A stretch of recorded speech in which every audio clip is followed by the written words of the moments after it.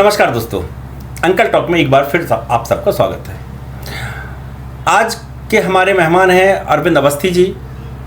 अरविंद जी, आपका बहुत बहुत स्वागत है अंकल टॉक में। आज का विषय हमारा है गो हत्या और गो संरक्षण को लेकर है। आज आप देख रहे हैं कि पूरे देश में गाय के लिए बहुत चिंता की जा रही है और ये ऐसा टॉपिक है जो समाज से भी जुड़ा हुआ है, कृषि से भी जुड़ा हुआ है और कानून से भी जुड़ा हुआ है। इस विषय, हम इसे विषय भी कहें तो थोड़ा सा अच्छा नहीं रहेगा, क्योंकि जहाँ हमारी आस्था होती है वहाँ उसको विषय कहें तो वो कहना भी ठीक नहीं है। लेकिन चूंकि विषय इसलिए कहना पड़ रहा है कि आज ये इस बात को लेकर पूरे देश में कहीं ना कहीं किसी न किसी रूप में बवाल दिखाई देता है। मित्रों, आज हम बहुत सारी बातें करेंगे अवस्थी जी से और जानेंगे कि इसका क्या समाधान हो सकता है, क्या कर सकते हैं कि जिससे कि देश के अंदर सौहार्द का माहौल भी रहे और गाय का संरक्षण भी हो सके। अवस्थी जी, सबसे पहला प्रश्न मेरा आपसे यही रहेगा कि आखिर क्या कारण है कि गाय की स्थिति इतनी खराब हो गई है? आभाम त्वां देवी त्रिलोकेश्वरी अखिलेश्वरी यस्य स्मरणमात्रेण सर्व पाप प्रणश्यति। गौ माता सनातन की प्राणवायु है जी, आत्मा है जी। ये स्थिति जब निर्मित हुई हिंदुस्तान के अंदर, जब व्यक्ति ने प्रगति करना आरंभ किया जी, विकास करना जी, विकास करना जब आरंभ किया उसने, तो उसको मतलब मानव मात्र इस बात को भूल गया कि हमें किस सीमा तक विकास करना चाहिए, ठीक बात है, और कहाँ अपने रुक जाना चाहिए जी। तो जब यंत्रों का आविष्कार करके यंत्रों का उपयोग करना आरंभ किया जी, तो मशीनरी ट्रैक्टर आदि के द्वारा जब खेती करना आरंभ हुई तो उस पर ना तो शासन ने ध्यान दिया और ना मनुष्यों ने ध्यान दिया, ठीक बात, कि कितनी मात्रा में कितने हेक्टर पे हमको जो है उपजाऊ जमीन के माध्यम से लाभ लेना चाहिए और करने पर नहीं लेना चाहिए। बिल्कुल ठीक बात। अगर सरकार इस बात को पहले ही अंकुश लगा के और रोक लेती और या फिर हम इतने जिम्मेदार होते तो आज जो भयावह स्थिति है, जो बार बार इस बात को हमें उठाना पड़ रहा है, हम दुखी हैं, हमारी सुनी नहीं जा रही है, तो वो आज स्थिति में शायद हम लोग नहीं होते। अरविंद जी, एक बात बताइए मेरे को कि हम आखिर इस पूरी व्यवस्था के लिए किसको दोषी माने? क्या सरकार को दोषी माने, क्या किसान को दोषी माने, क्या आम जनमानस को दोषी माने? आज गाय का दूध तो सब चाहते हैं लेकिन रखना कोई नहीं चाहता है। विशेष तौर से तो इसको हम सरकार को ही दोषी मानेंगे, सेकंड में हम लोग दोषी होंगे। क्यों होंगे? क्योंकि सरकार माने सर माने मस्तिष्क, तो सरकार की जिम्मेदारी ये है कि हम आपको सही उचित मार्गदर्शन करें, ठीक बात है। तो सरकार की जिम्मेदारी पहले बनती है और फिर नीचे कार माने हम लोग पहिए हैं। तो पहले हम सुनते आए हैं यथा राजा तथा प्रजा, राजा जैसा होगा वैसी प्रजा बनेगी। तो अगर वो लोग सशक्त तरीके से 1947 से लेके 2026 तक एक भी राजा ऐसा नहीं आया। हाँ, एक भी राजा, अपन ये कह सकते हैं कि एक भी राजा ऐसा नहीं आया कि जो कार मतलब जो नीचे के लोग हैं उनकी भावनाओं की कदर कर पाए।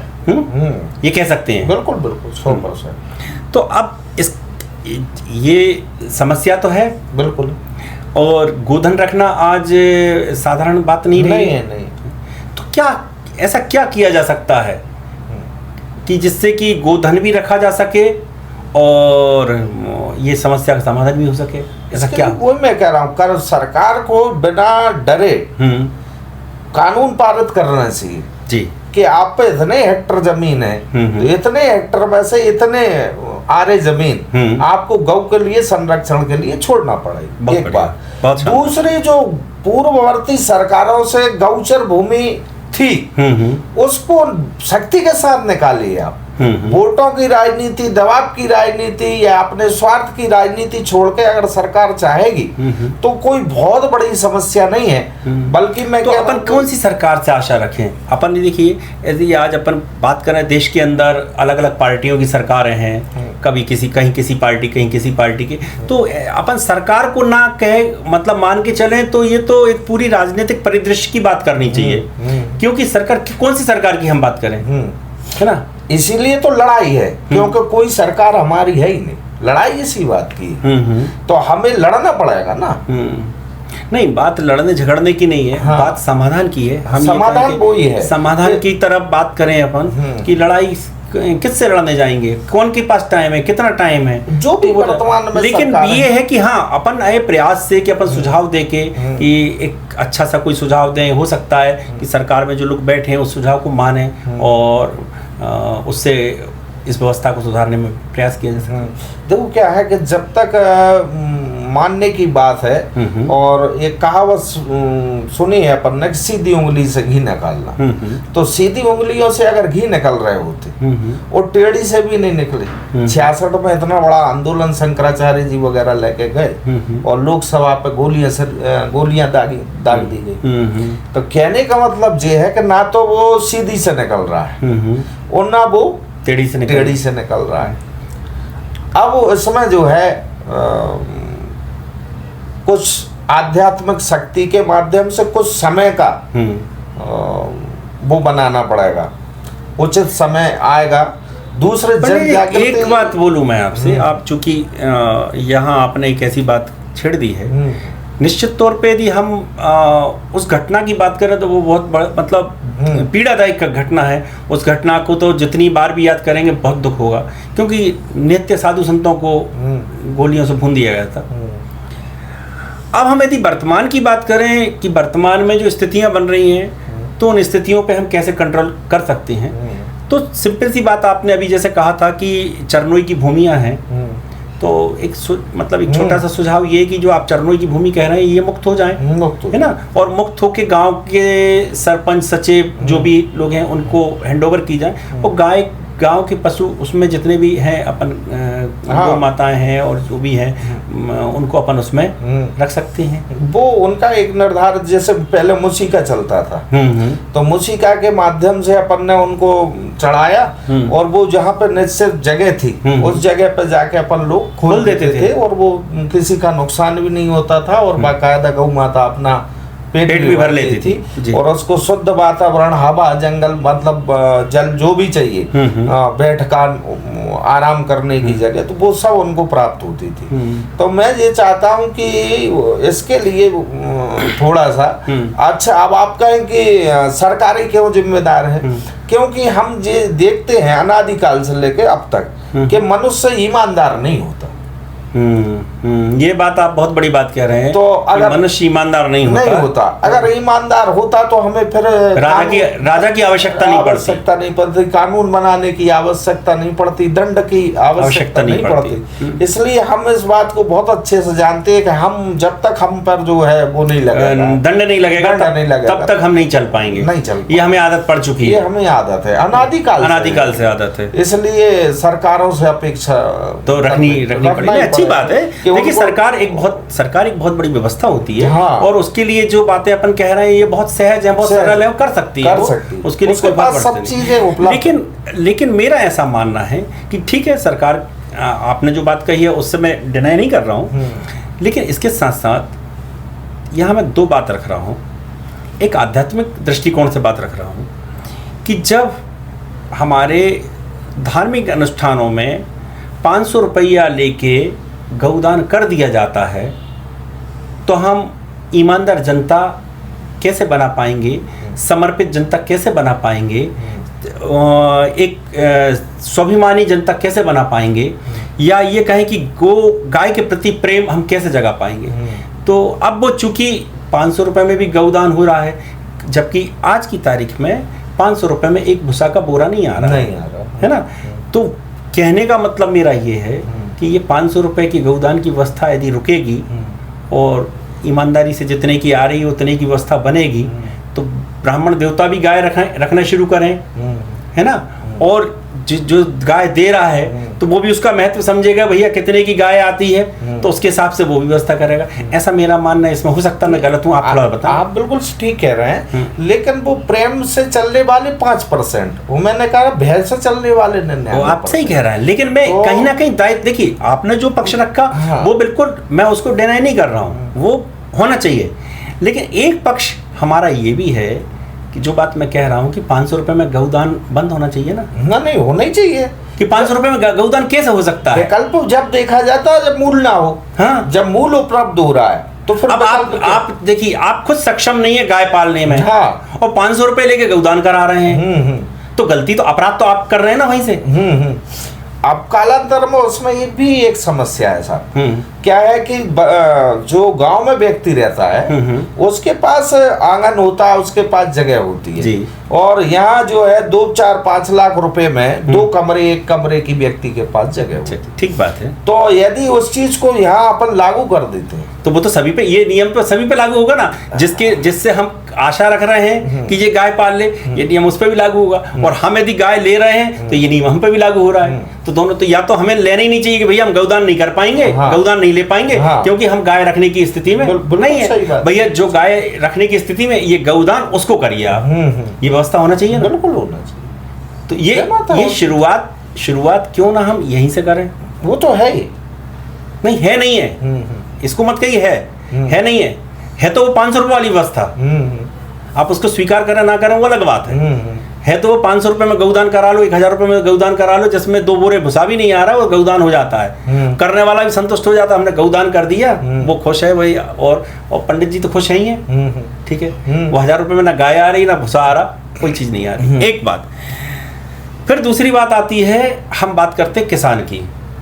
किसान अपनी फसल काट के पूरी ले जा रहा है, और ले जाने के बाद जो थोड़ी बहुत बच रही है उसमें आग लगा जा रहा है, जो नरवाई बच रही है उसमें आग लगा जा, भूसा बनाने उस पर टाइम नहीं है। तो गाय को ना तो गांव में कोई पालना चाहता है, शहर में चूंकि आपने बताया कि जगह नहीं होने के कारण, तो फिर आखिर सरकार इतनी सारी गायें कहाँ रखे? मैंने पहले ही उसको शुरुआत में बोला, आप दंडात्मक कार्रवाई की बात कर रहे हैं। मैंने कहा ना कि शुरू में ही सरकार ने ध्यान नहीं दिया, हाँ, और आज भी सरकार हम ये चाहे नहीं, मेरा निवेदन सुनो, यदि आज भी सरकार चाहे तो ट्रैक्टरों को सीमित कर दे, उन पर रोक लगा दे, इतने हेक्टर पे इतने ही ट्रैक्टर दिए जाएंगे। इसमें मेरा दूसरा सुझाव है, यदि आपको उचित लगे तो ये इसमें एक छोटा सा सुझाव है कि ऐसा नहीं हो सकता कि 10 बीघा वाले को 2 गोधन रखना अनिवार्य है। हाँ, वही मतलब है ना, 10 बीघा वाले को गोधन रखना अनिवार्य है, 20 बीघा वाले को 4 गोधन रखना अनिवार्य है। कहा कि नियम बनाएंगे, कुछ ना कुछ ऐसा नियम बन जाए सरकार, तो फिर वो ट्रैक्टर की, आप चाहे ट्रैक्टर से खेती करिए चाहे पैर बखर से करिए, लेकिन जब आप करेंगे तो वो गोधन भी रखेंगे और उसकी व्यवस्था भी करेगा। बल्कि आप जो है ना वो उनके लिए जो योजनाएं बना रहे हो वो सीधे सीधे प्रत्येक किसान के लिए बनाओ, प्रत्येक किसान के लिए। हाँ, बिल्कुल ठीक बात। जैसे आप किसान सम्मान निधि डालते हैं, हाँ, ऐसे किसान सम्मान गोधन वाली कुछ योजना ऐसी बननी चाहिए, बनाए कि आप गाय रखेंगे, गाय आपके 2 बीघा जमीन है तो आपको 1 गोधन रखना है, 4 बीघा, मतलब कुछ ऐसा एक बजाय एक मुश्त कहीं देने के, हाँ, आप उसको डिवाइड कर दें, तो फिर क्या लोभ तो सब में है। हाँ, लोभ सब में है, ठीक बात है ना। तो उसके चक्कर में उसका संवर्धन भी होगा, संरक्षण भी होगा, और काफी हद तक समस्या पर कंट्रोल भी होगा। अच्छा, एक बात और जो देखने में आ रही है, मैं यहाँ सबकी नहीं कह रहा हूँ, लेकिन एक चीज़ देखने में आ रही, देश के अंदर बहुत सारी गौशालाएं हैं, बहुत सारी हैं, और बहुत सारी गौशाला ऐसी हैं कि जो बहुत अच्छा काम कर रही हैं, मतलब अपन ये नहीं कह सकते काम नहीं कर रही, बहुत अच्छा काम कर रही हैं, और काम ही नहीं कर रही हैं, वो गो संवर्धन भी कर रही है, संरक्षण भी कर रही है, और उसके साथ साथ उसका प्रोडक्शन भी कर रही है कि गाय के गोबर का, गोमूत्र का, उसका प्रोडक्शन करके उसका लाभ पहुंचे, समाज तक लाभ पहुंचे, वो काम भी कर रही है। लेकिन कुछ गौशाला ऐसी हैं कि जिनने गौशाला तो खोल ली हैं, उनमें कोई ना गाय को रखने की जगह है, ना पानी की जगह है, और बस उनकी बड़ी बड़ी जमीनें उनने ले रखी हैं। तो इसके बारे में क्या आपकी राय है? नहीं, इसीलिए तो मैं कह रहा हूँ इस बात को कि बजाय एक मुश्त माने एक गौशाला में देने की या कोई 4 लोगों के बीच में करने की, उसको सार्वजनिक बांट दो आप। और गौशाला बनाना तो एक सीमित दायरा है, क्योंकि इस गाय का संरक्षण संवर्धन बढ़ेगा। आपकी गौशाला की क्षमता कितनी है? 500, और वो उसको बढ़ना है, उसको बढ़ना है, फिर वो समस्या फिर नहीं खड़ी होगी, फिर वो समझ। अच्छा, जब तक ये रिपेयरिंग मांगने लगी, जब तक ये मिटने की कगार पे आ गई, तो वो कोई समस्या नहीं है। तो इसलिए सरकारें तो पैसा दे रही हैं, मतलब जिस मैं ये नहीं कह रहा हूँ सरकार पैसा नहीं दे रही, अपनी क्षमता से जो उनका क्राइटेरिया उससे सरकार पैसा भी दे रही है। हाँ, गाय संवर्धन की प्रयास भी कर रही है। हाँ, तो लेकिन मुझे ऐसा लग रहा है सामाजिक स्तर पे इसका नहीं उपयोग नहीं हो पा रहा, सदुपयोग नहीं हो पा रहा, कहीं दुरुपयोग हो रहा है। और ऐसा जो आपने पूर्व में कहा कि कहीं सदुपयोग भी बहुत हो रहा है, और जिनको सरकार से नहीं जोड़े हैं ऐसे लोग भी बहुत सारे लोग हैं, बहुत सारे अपने परिश्रम से कर रहे हैं, बढ़ चढ़ के बेचारे काम कर रहे हैं। इसमें भी कोई दो मत नहीं है, क्योंकि आज की गौ की समस्या तो गिरिराज जी उठाने जैसी समस्या है। ऐसी परिस्थिति में अच्छा, एक चीज देखिए भगवान कि आपने अभी सुना भी होगा कि जो गाय को बचा रहे हैं वही अपराधी बन जाते हैं। उन्हीं को प्रशासन के कुछ लोग अपराधी घोषित कर देते हैं, समाज के कुछ और तबके के लोग उनको गुंडा कहने लगते हैं, जबकि स्थिति ये है कि वो कंटेनरों से गायों को जो जा रही हैं उनको हत्या होने से बचाते हैं। सही बात है, वो अपने प्राणों पे खेल के जाते भी हैं, लड़ते भी हैं, झगड़ते भी हैं, गायों को बचाते भी हैं, पर कुछ असामाजिकता तो सब जगह लागू हो जाती है। तो भूल बस मान लो किसी ने कुछ कर दिया तो सभी को प्रश्न चिन्ह में खड़ा कर देते हैं, प्रश्न चिन्ह में खड़ा कर देते हैं। बोलने वाला भी ये नहीं दिमाग लगाता कि मान लो 90% अगर अच्छाई है और 10% अगर कमी आ गई। सबसे मेरा कहना ये है कि यदि कंटेनर में गाय जा रही है और यदि पुलिस प्रशासन उसको समय पर रोक लेता तो इन सामाजिक संगठनों की जरूरत ही नहीं पड़ती। बिल्कुल सही बात, ये काम उनका थोड़ी है, ये तो प्रशासन का काम है। क्योंकि प्रशासन वहां अक्षम हो रहा है उस चीज को रोकने में, तब ये सामाजिक संगठनों को आगे आना पड़ रहा है। नहीं, लेकिन प्रशासन अक्षम क्यों होता है? कठपुतली होता है ना प्रशासन। अब वो खैर बहुत लंबी बात है, अभी उसमें कुछ भी आरोप प्रत्यारोप अपन उसमें नहीं कर सकते हैं, ये क्या है, लंबी बातें हैं। तो लेकिन जो समस्या तो है, अब आप देखिए फरसा वाले बाबा एक जो गाय रोकते थे उनकी हत्या कर दी गई है ना, किस तरह निर्मम हत्या कर दी गई। तो मतलब हौसले कितने बुलंद हैं, हौसले कितने बुलंद हैं। तो मेरा आपसे यहाँ प्रश्न ये है कि क्या देश के अंदर एक कानून नहीं बन सकता? वही बात घूम के वहीं आती है सरकारों पे, वो चाहे वो कर सकती है। तो इसके लिए मैं ये कह रहा हूँ, इसके लिए कहाँ से प्रयास हो? जब चुनाव का समय आता है हम लोग उस समय चुप क्यों रहते हैं? उसके लिए सरकारों को जैसे हम अपने अपने स्तर से ये प्रयास तो कर ही सकते हैं कि साहब जब तक आप गाय की रक्षा के लिए, गाय को राष्ट्रीय पशु घोषित करने के लिए आप जब तक काम नहीं करेंगे हम वोट नहीं डालेंगे, हम मतदान नहीं करेंगे। अपने स्वार्थ के लिए तो लोग लगाते हैं ना, कोई समाज की बात होती है, कोई किसी की बात होती है तो उसके लिए भी तो आंदोलन चलाते हैं ना। तो एक आंदोलन इसके लिए नहीं चल सकता? क्यों नहीं चल सकता, और चलना ही चाहिए। और ये तो प्रत्येक सबका इसका वो है ना, लालच है हिंदू मात्र का, और हिंदुओं की मांग है, हिंदुओं की धुरी है, सनातन की प्राणवायु है।